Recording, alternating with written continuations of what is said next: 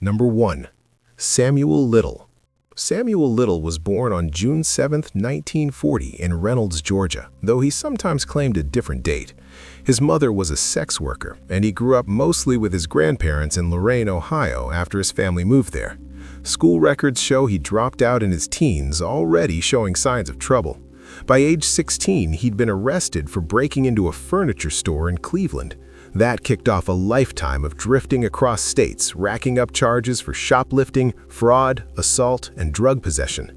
He worked odd jobs, boxing gyms, construction sites, carnival setups, but never stuck anywhere long. Cops in places like Pennsylvania, South Carolina, and California knew him as a repeat offender, but his crimes stayed minor enough to avoid major scrutiny. He'd serve short stints in jail, then vanish again. His killings started around 1970, right after a release from prison in Florida. Little targeted women on society's edges, those dealing with poverty, addiction, or sex work. He figured investigations into their deaths would fizzle out, and often they did. He'd approach them in bars, on streets, or at bus stops, offering rides, money, or drugs to build quick trust. Once isolated, he'd punch them unconscious with his fists. He'd boxed amateurly as a young man, then strangled them. Autopsies later revealed he avoided breaking hyoid bones, which helped mask homicides as overdoses or accidents. Bodies got dumped in alleys, woods, ditches, or abandoned buildings, sometimes partially hidden under debris. He crossed state lines constantly, from Florida to California, Ohio to Texas, making connections hard for law enforcement. The timeline spans 35 years. In 1971, he killed Melinda Lepre in Miami. Her body turned up in a canal, ruled undetermined at first. By 1972, he'd moved west, claiming Mary Ann in Tucson, Arizona, strangled and left in the desert. The 1980s saw a spike. In 1984, Tanya Jackson in Gainesville, Florida, met him at a party. He drove her to woods off Interstate 75 and strangled her. That year in Ohio, Mary Jo Payton vanished from a Cleveland bar. Little later described dumping her in an empty factory basement on East 22nd Street. In 1987, 3 Los Angeles women, Carol Eileen Alford, Audrey Nelson, and Guadalupe Apodaca, died similarly, beaten and strangled in alleys near Skid Row. Little's memory for details was sharp. He recalled Alford's red dress, Nelson's gold tooth. In 1991, Rose Evans in Cleveland got a ride from him near East 55th Street. He left her at a vacant lot under old tires. Same year, Patricia Parker disappeared in Chattanooga, Tennessee. Body found in woods, no leads then. He kept going into the 1990s. In 1993, Annie Lee Harris in Joliet, Illinois, strangled after a bar meetup, dumped near a cornfield. In 1994, Denise Christie Brothers in Odessa, Texas, he picked her up hitchhiking, killed her in his truck, and tossed her under a mesquite tree. By 1996, Melissa Thomas in Opelousas, Louisiana, body in a cemetery, initially thought suicide. Little's last confessed kill was in 2005. Sarah Brown in Las Vegas, strangled in an alley after sharing drugs. He claimed 93 total, but estimates vary. He sometimes mixed up years or places, saying 1980 when it was 1990. Investigations lagged because victims were marginalized. Many cases got filed as non-criminal, drug ODs, exposure, undetermined. No national database linked them early on. Little had close calls. A 1982 acquittal in Florida for attempted murder after a survivor testified. A 1984 release in San Diego despite assault charges. DNA tech wasn't widespread yet. In 2012, things shifted. Arrested in Louisville, Kentucky on a drug warrant from California, his DNA hit the CODIS system. It matched the 3 LA killings from the 80s. Extradited to Los Angeles, he stood trial in 2014. Prosecutors used survivor testimony and forensics. A jury convicted him on 3 first-degree murders. Judge sentenced him to life without parole, no death penalty sought due to his age. That could have ended it, but in 2017, an analyst in the FBI's Violent Criminal Apprehension Program, VICAP, spotted patterns in unsolved cases matching Little's method. they looped in Texas Ranger James Holland, who interviewed him in prison starting May 2018.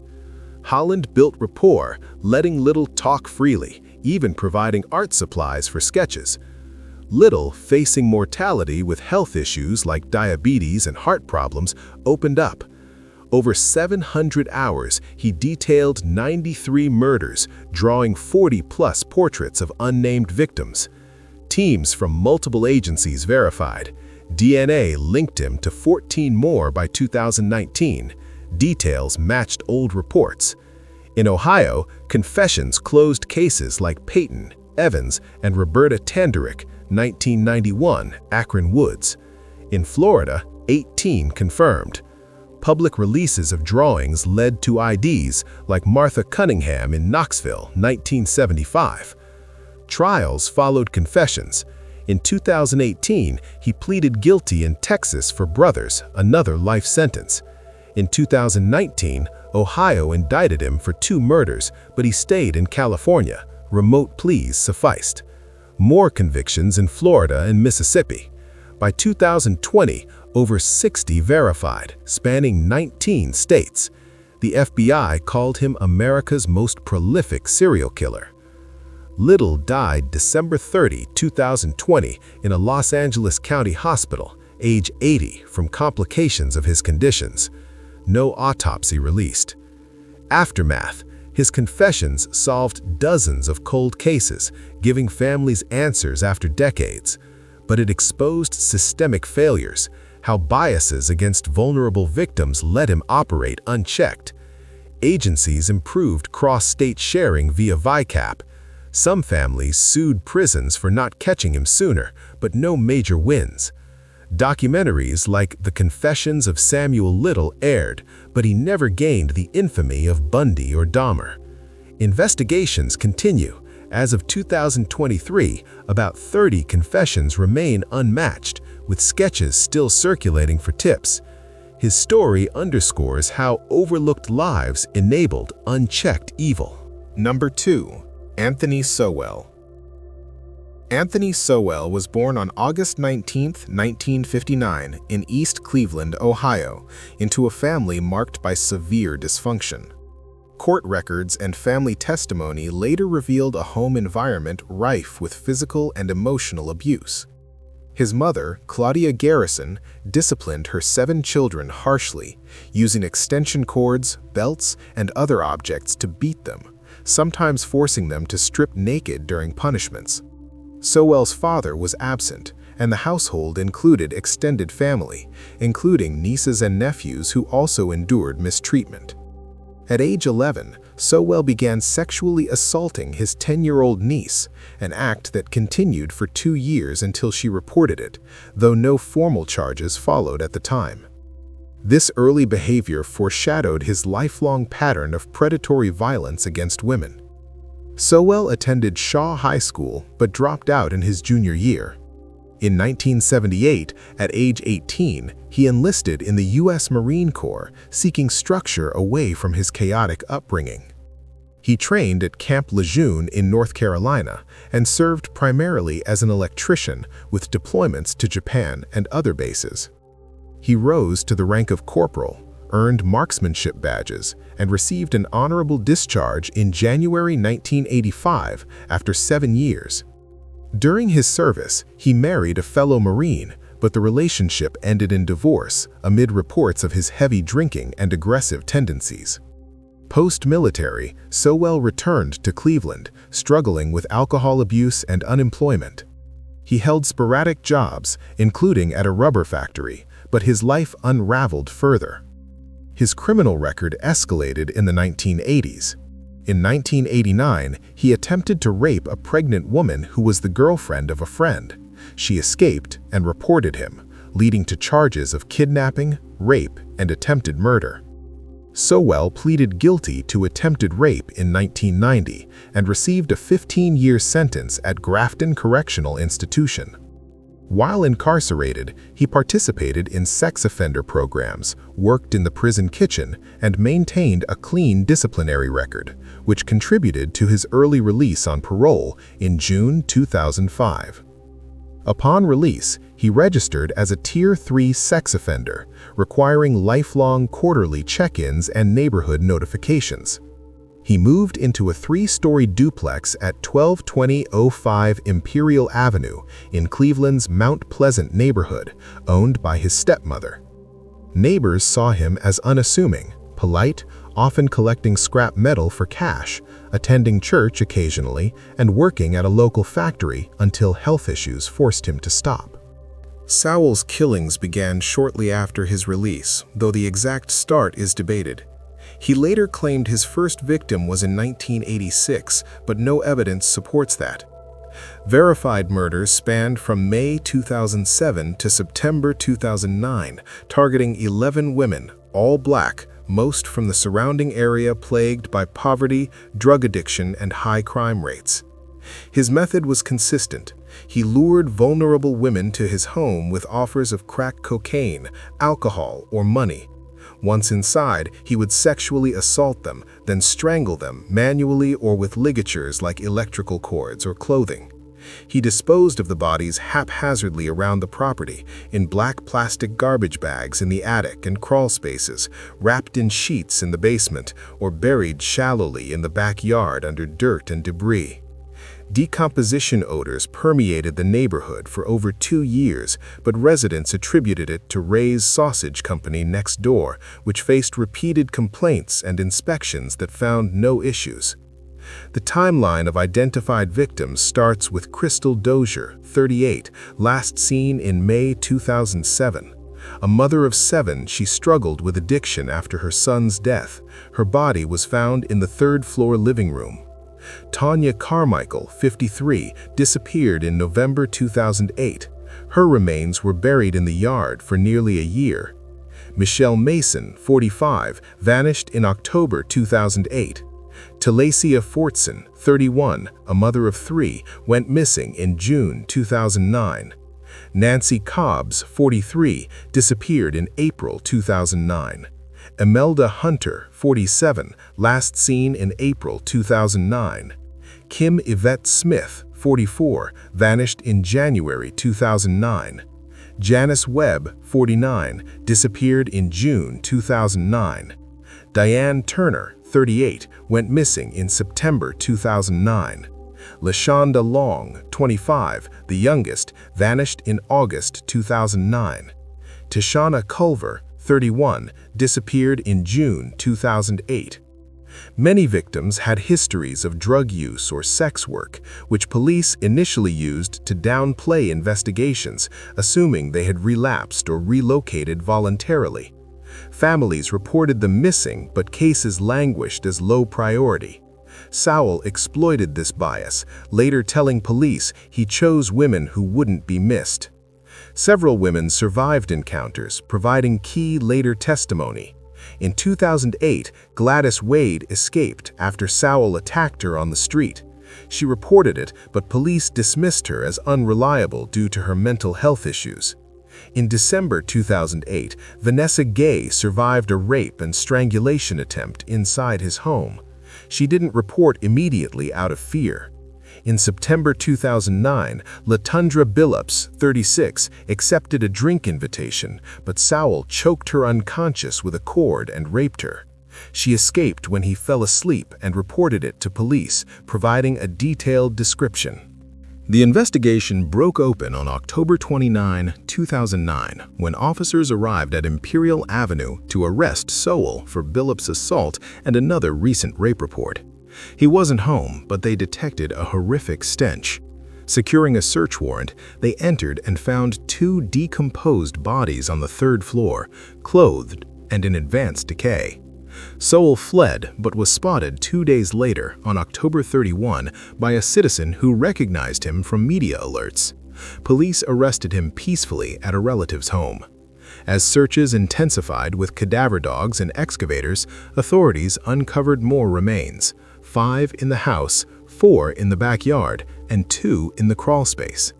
The Cuyahoga County Coroner's Office identified all 11 via dental records, DNA, and tattoos. The scene was chaotic, bodies in various states of decomposition, some mummified, others skeletal.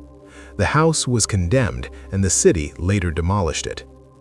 Sowell faced indictment on December 1, 2009 with 85 counts, 11 aggravated murders with death specifications, multiple rapes, kidnappings, attempted murders, and corpse abuse. Pre-trial proceedings dragged due to competency evaluations. Psychiatrists diagnosed him with obsessive-compulsive disorder, cognitive impairments from a 2004 head injury, and possible PTSD from childhood abuse, but found him sane and competent. Jury selection began in June 2011, with the trial starting June 6 in Cuyahoga County Common Pleas Court before Judge Dick Ambrose. Prosecutors, led by Rick Bombick, presented forensic evidence, DNA matches from survivors, ligature marks on victims, and Sowell's semen on bodies. 5 survivors testified vividly about attacks, including threats like, "No one will care if you die." The defense, headed by John Parker and Rufus Sims, didn't deny the killings, but argued diminished capacity due to childhood trauma, military stress, and health issues like a 2005 heart attack. They called experts on abuse cycles, but no alibi witnesses. Sowell testified briefly, claiming blackouts and denying intent, but his demeanor was erratic. After 15 hours of deliberation, on July 22, 2011, the jury convicted him on 82 counts, including all murders. The penalty phase began July 25. Prosecutors pushed for death, citing the brutality and Sowell's lack of remorse. Defense presented mitigation, family testimony on abuse, military records, and psychological reports suggesting brain damage. On August 10, the jury recommended death for all 11 murders. Judge Ambrose sentenced him on August 12, 2011, to death by lethal injection, plus over 1,000 years for other counts. Sowell apologized in court, but victims' families rejected it as insincere. Appeals followed automatically. The Ohio Supreme Court upheld the conviction and sentence in 2016, ruling the evidence overwhelming and trial fair. The U.S. Supreme Court denied certiorari in 2017. Execution dates were set and stayed multiple times amid Ohio's lethal injection drug shortages and legal challenges. Sowell remained on death row at Chillicothe Correctional Institution, participating in minimal programs. In late 2020, Sowell's health declined from an unspecified terminal illness, possibly related to prior heart problems and hypertension. He was transferred to Franklin Medical Center in Columbus on January 21, 2021. He died there on February 8, 2021, at age 61 from natural causes. No autopsy details were publicly released due to privacy laws. His death elicited mixed responses, relief from families that he couldn't appeal further or harm others, but anger that he evaded execution. Some advocated for better support for death row inmates' health, while others saw it as justice denied. Aftermath rippled through Cleveland. The case highlighted police negligence toward missing persons from marginalized communities, prompting reforms, improved missing persons protocols, bias training, and a 2010 task force reviewing cold cases.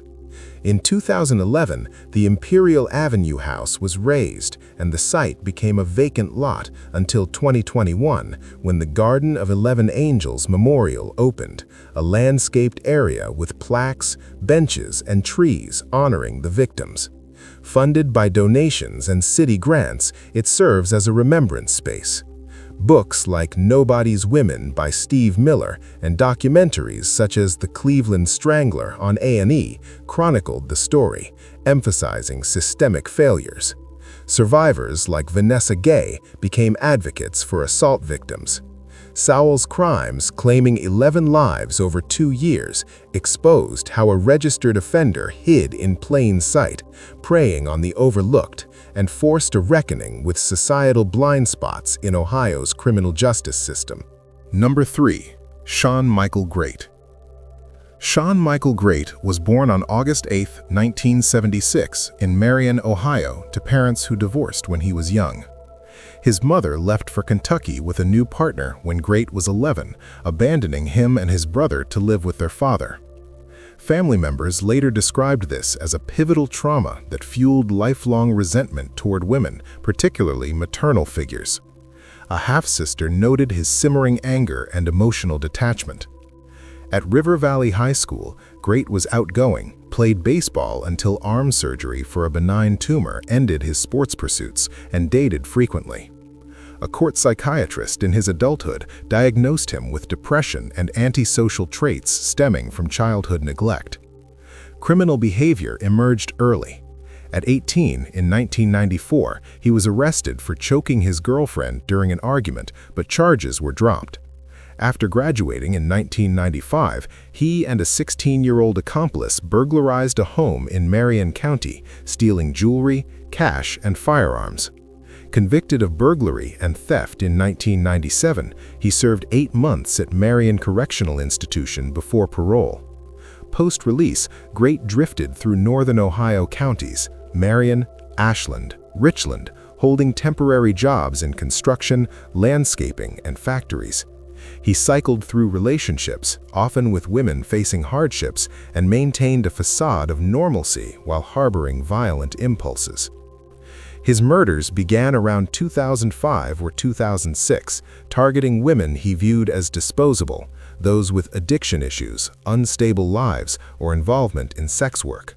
Great believed their disappearances would attract minimal police attention, a calculation that held for years due to fragmented investigations across jurisdictions. He lured victims with charm, offers of help, or shared substances, then isolated them in homes or vehicles. Methods included strangulation, blunt force, and ligature asphyxiation, often preceded by sexual assault and captivity. He disposed of bodies in wooded areas, abandoned structures, or shallow graves, sometimes revisiting sites. The earliest confirmed victim was Dana Nicole Lowry, 23, a door-to-door magazine seller and mother of 2 from Louisiana.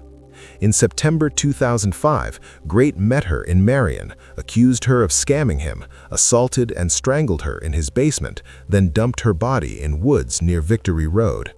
Remains were found in March 2007, but unidentified until 2018 via DNA. Next, in February 2015, Rebecca Lacey, 31, a homeless woman with addiction struggles, was found in Ashland County woods. Initially ruled an overdose due to cocaine, morphine, and other drugs in her system, Great later confessed to strangling her in his car over a stolen $40, then leaving her body roadside. By 2016, Great escalated.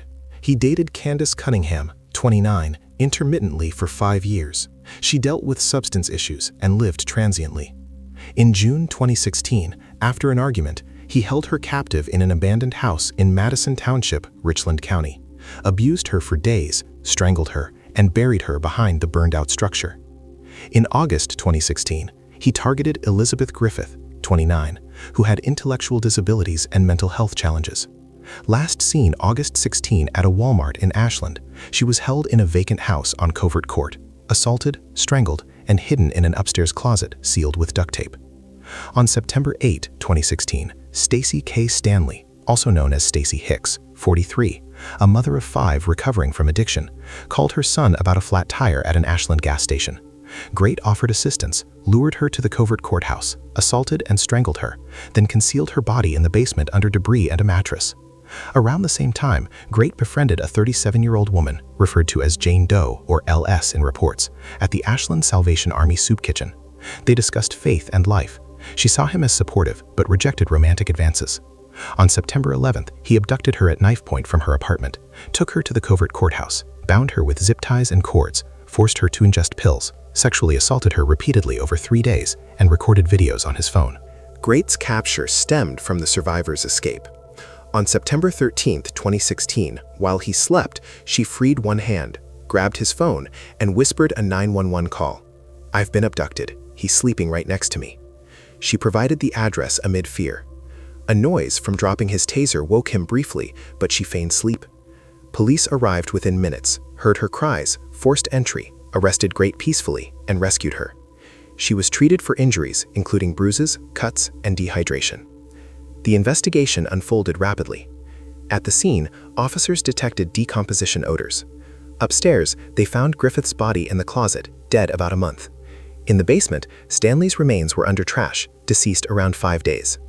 Great, during interrogations, confessed extensively over 33 hours, detailing the killings with detached precision.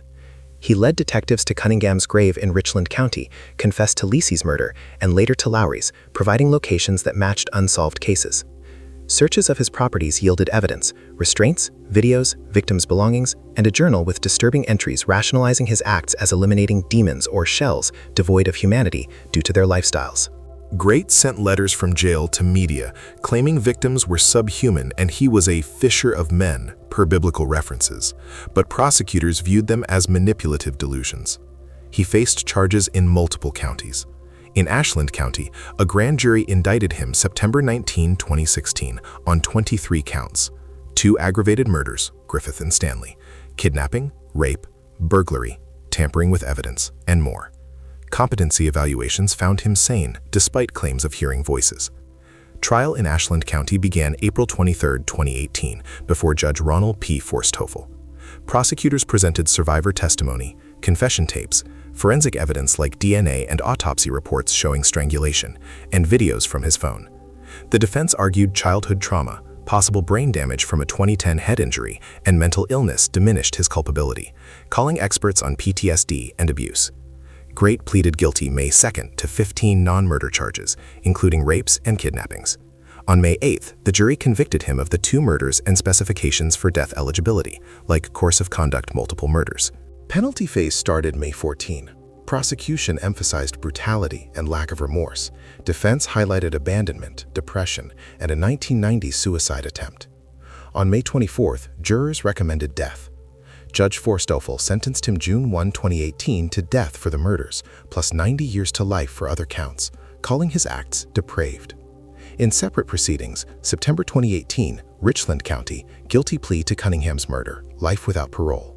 March 2019, Ashland for Lacey, another life sentence. May 2019, Marion for Lowry, life without parole. No additional victims confirmed, though he claimed up to 5 more. Investigations found no matches.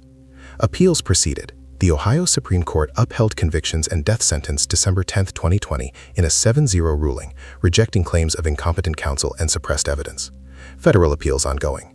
Execution originally set for March 19, 2025, but delayed indefinitely due to Ohio's moratorium on lethal injections amid drug shortages and legal challenges. No execution since 2018. Great, now 49, remains on death row at Chillicothe Correctional Institution, isolated with limited privileges. He has expressed sporadic remorse in interviews, but maintains some justifications. Aftermath exposed law enforcement gaps, delayed missing persons responses for vulnerable women, poor inter-county coordination. Ashland and surrounding agencies implemented better protocols, including faster welfare checks and a regional task force for cold cases. The survivor advocated for assault victims, sharing her story in documentaries like The Ashland County Killer on Investigation Discovery. Memorials honor the victims, vigils, scholarships in Stanley's name for addiction recovery, and plaques at discovery sites. Books such as Whisper of Fear by survivor co-author detail the ordeal. Great's case, with 5 confirmed murders over a decade, underscored how charm masked monstrosity in rural Ohio, ending only because one woman's whisper pierced the silence. Number 4. Michael Madison. Michael Madison was born on October 15, 1977, in East Cleveland, Ohio, the result of an unplanned pregnancy. His biological father, John Baldwin, denied paternity and played no role in his upbringing. Madison's mother, Diane, and her rotating boyfriends subjected him to extreme physical abuse. Witnesses later described beatings with electrical cords, scalding with hot water, and force-feeding until he vomited. One boyfriend's blow caused permanent hearing loss. These experiences left lasting psychological damage, marked by behavioral problems and emotional detachment from an early age. Madison dropped out of school and accumulated drug-related convictions in 2000 and 2001. In 2002, at age 24, he was convicted of attempted rape after attacking a woman. He served 4 years in prison and emerged as a Tier 3 sex offender, Ohio's highest risk category, requiring lifelong registration and community notification. He moved into a modest second-floor apartment above a cable company office at the corner of Hayden and Shaw Avenues in East Cleveland. Neighbors recalled him as quiet and polite, often seen with different women. A former girlfriend testified that he had become fixated on Anthony Sowell's 2009 crimes, studying the case obsessively and drawing parallels to his own emerging compulsions. The murders occurred over 9 months, from late 2012 to mid-2013, all within a few hundred feet of his apartment. Madison targeted vulnerable women from the surrounding high-poverty, high-addiction area. He lured them with offers of drugs, money, or companionship, took them to his apartment, sexually assaulted them, and strangled them, manually or with ligatures. He folded each body at the waist, bound the head to the legs, wrapped them in multiple layers of plastic garbage bags, and concealed them immediately nearby, where decomposition odors eventually betrayed him. The first victim was Shatisha Sheely, 28, who last communicated with family in September 2012. Madison confessed to choking her to death in his apartment around October 2012. He left her body there for days while he went out drinking, then folded and bagged it, storing it in the leased garage behind his building. Next came Angela Deskins, 38, who lost contact with family in May 2013. Madison recalled waking up beside her dead body in the apartment, with no clear memory of the act itself, then placing her in bags. Her remains ended up in the basement of an abandoned house, about 15 yards from the garage. DNA from Deskins was later recovered from Madison's apartment. The final victim was Sherelda Helen Terry, 18, who had a summer job at a Cleveland elementary school.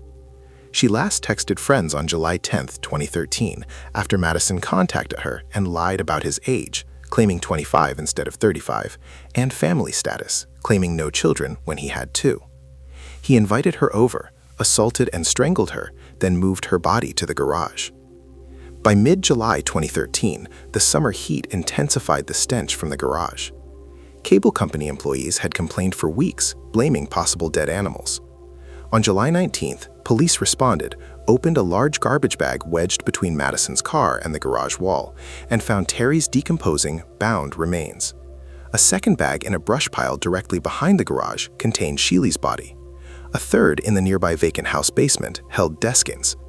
All 3 showed signs of strangulation. Terry and Deskins were confirmed ligature or manual strangulation victims, while Sheely's advanced decomposition left the precise cause listed as homicide by violence with a deep facial bruise. Madison was located at his mother's house nearby. A brief standoff ended peacefully with his arrest that same day. Over several days of interrogation, he provided a signed 4-page confession. He admitted choking Sheely and handling all 3 bodies, but claimed memory blackouts during the killings themselves for Deskins and Terry. Investigators noted his calm, detached demeanor and absence of remorse. A search of his apartment recovered evidence of decomposition, victim belongings, and forensic minks. A Cuyahoga County grand jury indicted him on October 31, 2013, with 14 counts, 2 aggravated murder charges per victim, course of conduct and felony murder specifications based on kidnapping, and for Terry, rape, 3 kidnapping counts, rape and attempted rape, multiple counts of gross sexual imposition and abuse of a corpse, and having weapons under disability. Prosecutors announced they would seek the death penalty. The jury trial began in early April 2016 before Cuyahoga County Common Pleas Judge Nancy R. McDonald. Prosecutors presented Madison's confession, DNA and forensic evidence tying all 3 victims to his apartment in person, text messages showing deception of Terry, autopsy findings, and testimony establishing the victims were last seen alive with him. The defense conceded the killings but argued against death eligibility and emphasized Madison's horrific childhood abuse through expert testimony on trauma's long-term effects. After less than a day of deliberation on May 5, 2016, the jury convicted him on all 13 counts presented. 1 minor count was handled separately. In the penalty phase, prosecutors highlighted the 9-month course of conduct, sexual motivation, disposal of bodies like trash within easy discovery range, and ongoing danger. Mitigation focused on generational abuse and psychological impairment. On May 20, the jury recommended death for each murder. During the June 2 sentencing hearing, Madison smirked while Van Terry, Sherelda's father, gave a victim impact statement. Overcome with rage, Van Terry lunged across the courtroom at Madison and had to be physically restrained. He was released without charges. Judge McDonald imposed 3 death sentences plus an aggregate 51 years to life on the remaining charges. Madison appealed on 20 grounds, primarily jury selection issues involving automatic death penalty jurors. The Ohio Supreme Court, in a unanimous July 21, 2020 decision, affirmed the convictions and death sentences. It reversed 2 kidnapping convictions and related death specifications, finding insufficient evidence of pre-death restraint or kidnapping for Sheely, who went voluntarily, and Deskins, but upheld the core course of conduct aggravating circumstances that independently justified death. An execution date of May 15, 2024 was stayed by Chief Justice Sharon L. Kennedy on March 13, 2024, pending exhaustion of all state post-conviction proceedings and appeals. Madison remains on death row at Chillicothe Correctional Institution. A grim postscript came in June 2019 when Diane Madison was stabbed to death in the same East Cleveland home where much of the childhood abuse had occurred. Her grandson, Jalen Plummer, also injured 3 young children in the attack. Plummer pleaded guilty to murder and 3 counts of attempted murder and received life imprisonment with parole eligibility after 30 years in 2021. Madison's 3 confirmed murders exposed familiar patterns: a registered high-risk offender operating in plain sight, targeting marginalized women whose disappearances drew limited initial response, and hiding bodies in locations that should have prompted earlier discovery. The case prompted local reviews of sex offender compliance and missing persons protocols in East Cleveland and Cuyahoga County, though systemic changes remained incremental. His story underscores how childhood violence can perpetuate cycles, yet also how proximity and persistence of evidence ultimately halted the progression. Delmas Charles. Delmas Charles Colvin was born on August 3, 1959, in Akron, Ohio, and grew up on a family farm in nearby Norton. He later characterized his childhood as unremarkable, participating in typical activities like wrestling, football, and hunting. No documented early indicators of violence appeared, no arson, animal cruelty, or other classic warning signs. However, Colvin admitted in adulthood that homicidal urges emerged during his teenage years, initially focused on his stepmother, though he never followed through. After high school, he pursued driving professions, working as a taxi operator in Atlantic City, New Jersey by the mid-1980s. Acquaintances described him as socially withdrawn and increasingly fixated on women in precarious situations, such as those involved in sex work or dealing with addiction. In 1989, he faced arrest in Summit County, Ohio for assault and weapons offenses, but details on the resolution remain sparse. Colvin's transition to long-haul trucking in the late 1980s and early 1990s provided ideal cover for his crimes. The job allowed unrestricted travel across states, quick escapes from crime scenes, and access to interstate rest areas where vulnerable individuals congregated. He targeted women on society's margins, primarily sex workers, whom he believed would generate minimal investigative effort.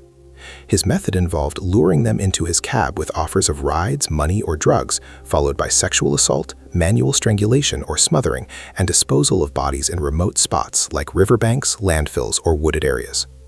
Autopsies often revealed signs of struggle, including defensive wounds, but initial rulings sometimes misclassified deaths as overdoses or accidents due to victims' lifestyles.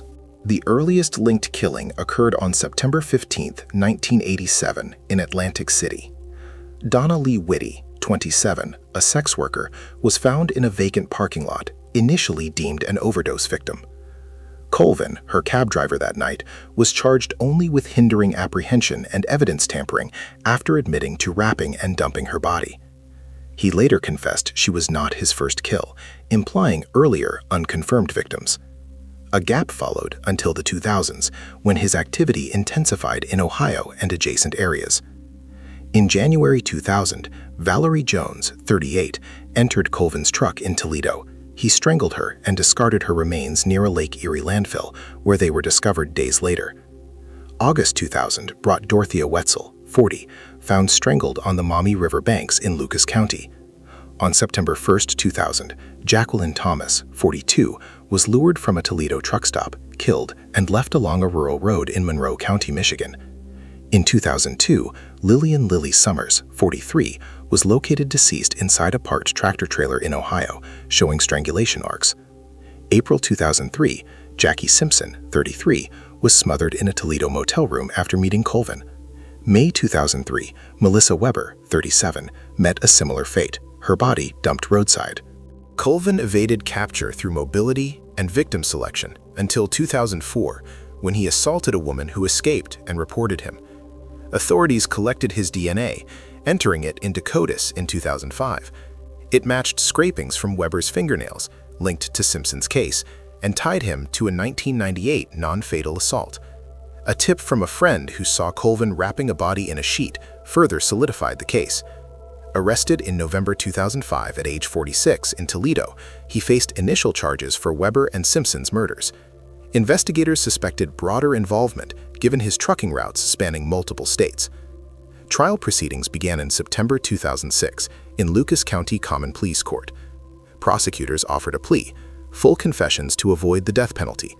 Colvin agreed, admitting to the murders of Simpson, Weber, Jones, Thomas, and Summers.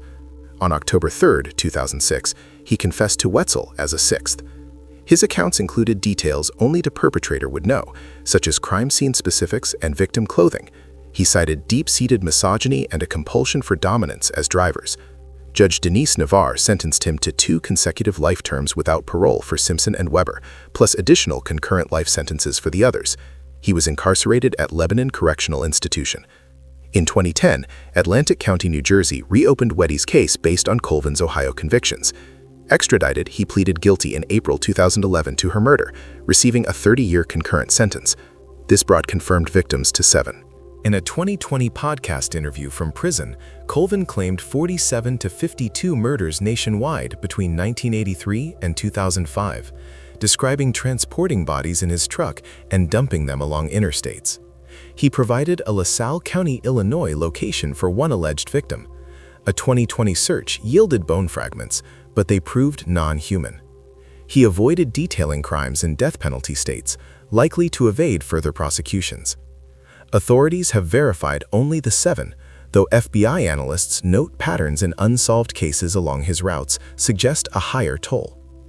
Now 66, Colvin remains at Lebanon CI, serving irreducible life sentences. His case highlighted vulnerabilities in tracking mobile offenders and biases in investigating deaths of marginalized women, prompting enhanced interstate law enforcement coordination via programs like the FBI's Highway Serial Killings Initiative. It also underscored how an outwardly ordinary trucker exploited America's roadways for decades of undetected violence. Thomas Dillon. Thomas Lee Dillon was born on July 9, 1950, in Canton, Ohio, and spent his early years in nearby Magnolia. His childhood and adolescence appeared outwardly ordinary. He graduated from Ohio State University in 1972 with a degree in journalism, then took a stable civil service position as a draftsman with the Canton Water Department, where he remained employed for more than 20 years. He married, had 1 son, owned a home in a quiet neighborhood, and maintained a low public profile. Neighbors and coworkers described him as reserved, socially awkward, and occasionally eccentric, but never overtly alarming. He was known to be an avid hunter, firearms enthusiast, and frequent driver of rural back roads across southeast Ohio. Privately, Dillon harbored long-standing violent fantasies. He later admitted spending extended periods during solitary drives imagining himself in grandiose roles, wealthy executive, elite soldier, heroic physician, before shifting to scenarios involving killing.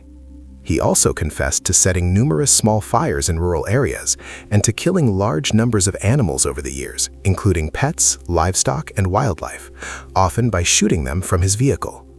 Among friends and acquaintances, he earned the nickname Killer for his constant bragging about the volume of animals he had taken. Most interpreted it as crude humor rather than a warning sign. His confirmed human killings began in the spring of 1989 and continued sporadically through 1992. The victims were men engaged in solitary outdoor recreation, jogging, hunting, or fishing in isolated rural locations across several southeastern Ohio counties. There was no robbery, no sexual assault, no personal connection, and no attempt to conceal the bodies. Each was shot once, typically from close range with a high-powered rifle, then left where he fell. Dillon selected targets opportunistically during his drives, viewing the countryside as his private domain and the men as trespassers on his range. The first confirmed victim was Donald Welling, 35, a married father of 2 who was jogging along a rural road in Tuscarawas County on April 1, 1989, Easter Sunday. Dillon pulled alongside, shot him once in the chest with a rifle, and drove away. The case was investigated as a random homicide but produced no leads. After a 19-month gap with no confirmed shootings, the pattern emerged.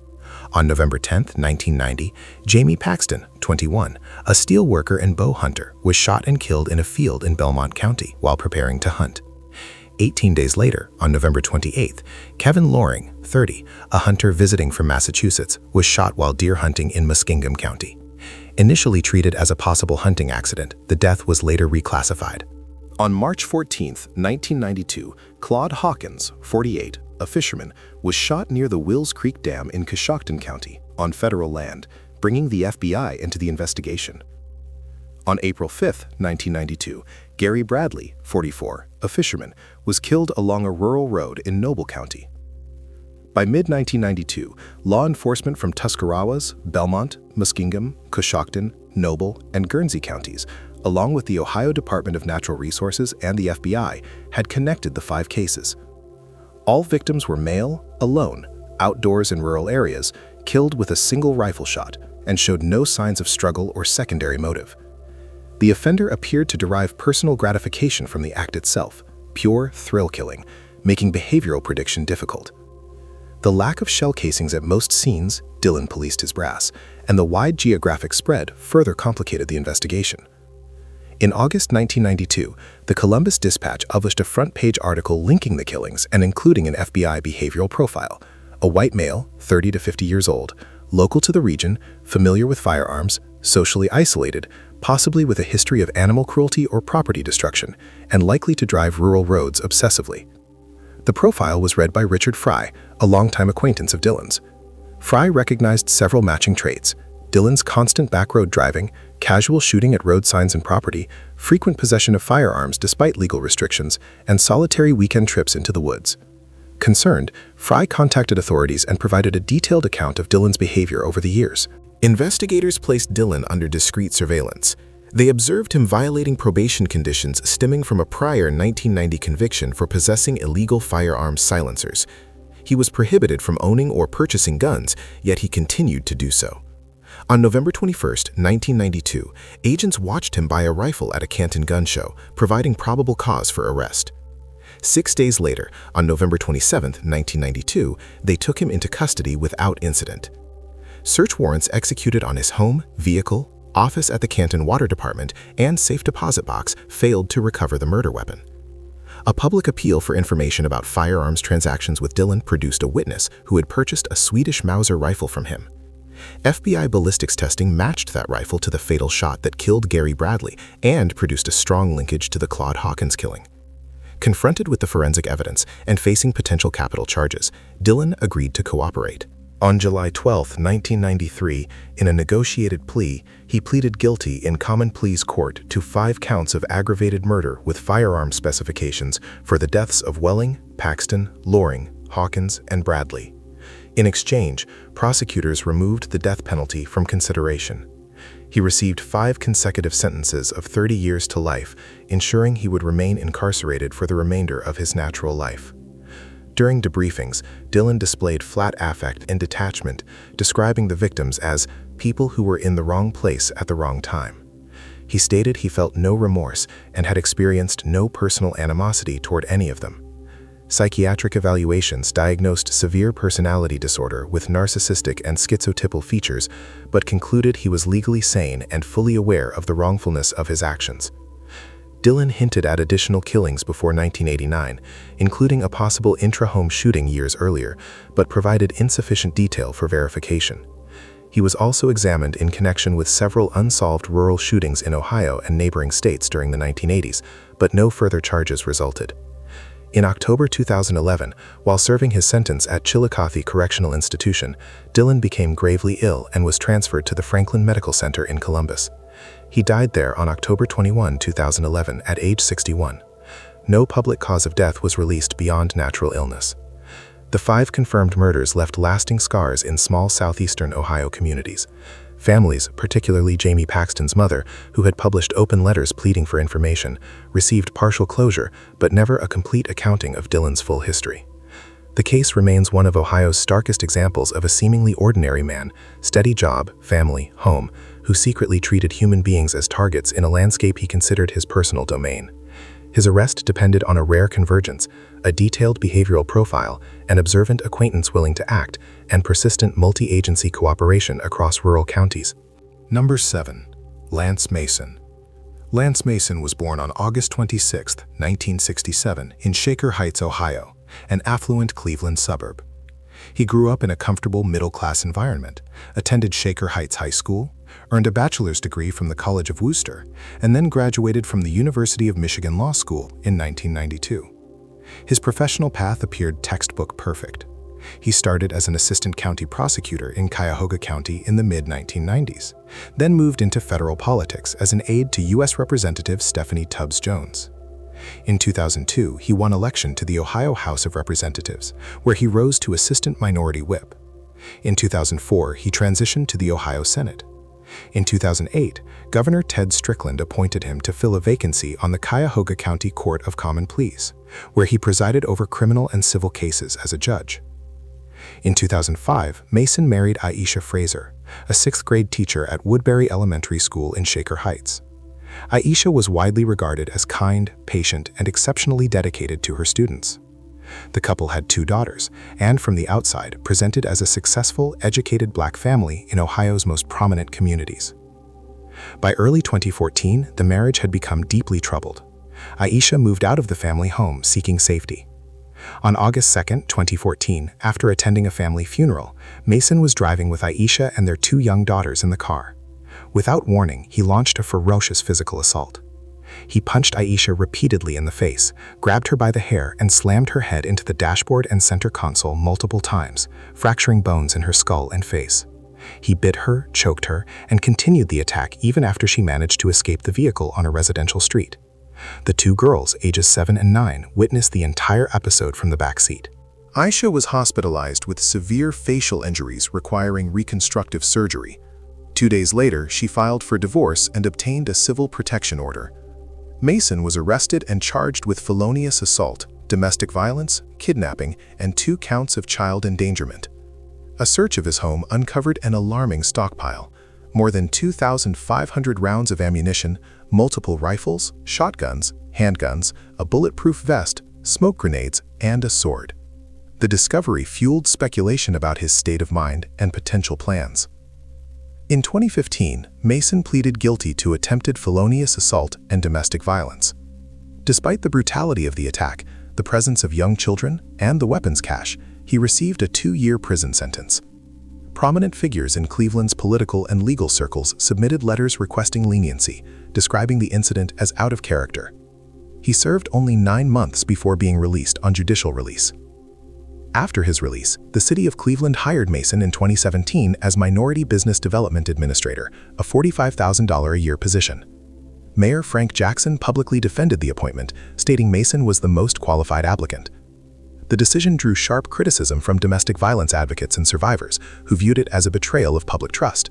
Aisha continued teaching, raising her daughters, and rebuilding her life under the protection order that barred Mason from contact. Tensions persisted.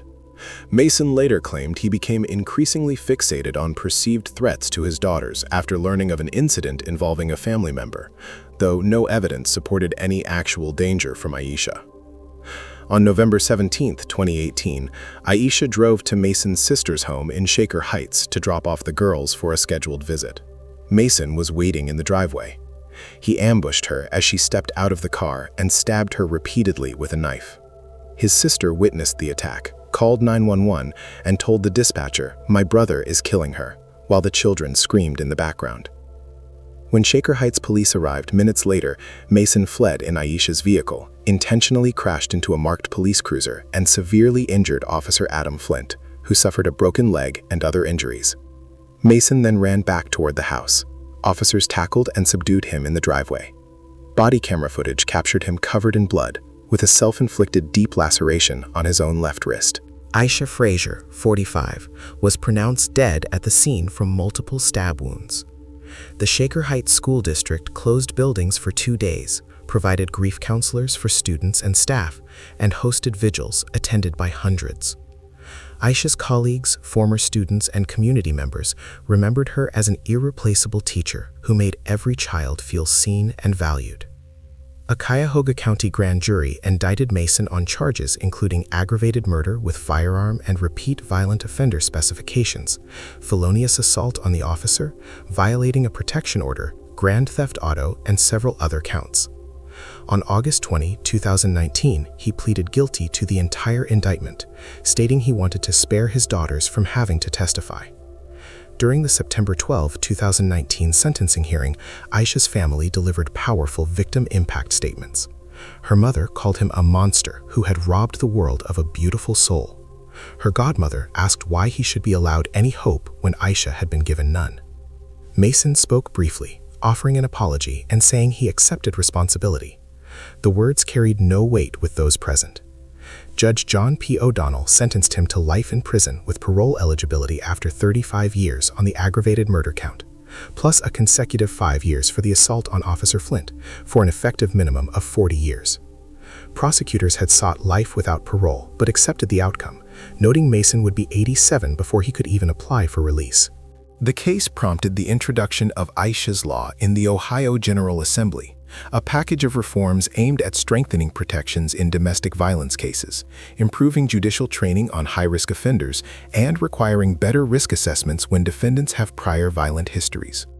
While the legislation has faced delays and amendments, it remains part of ongoing advocacy efforts. Mason is currently incarcerated at a state correctional facility in Ohio, serving his life sentence. Once a judge who sentenced others, he now lives under the same justice system he once administered.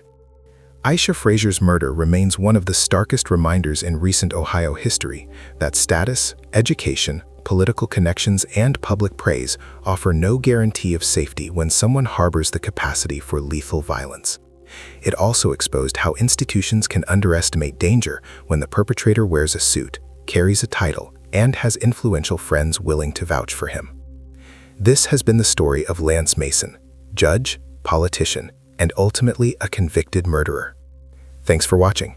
If you want more deep dives into Ohio's most disturbing cases, make sure to subscribe to Black Verdict and turn on notifications. We'll be back with the next one soon. Take care.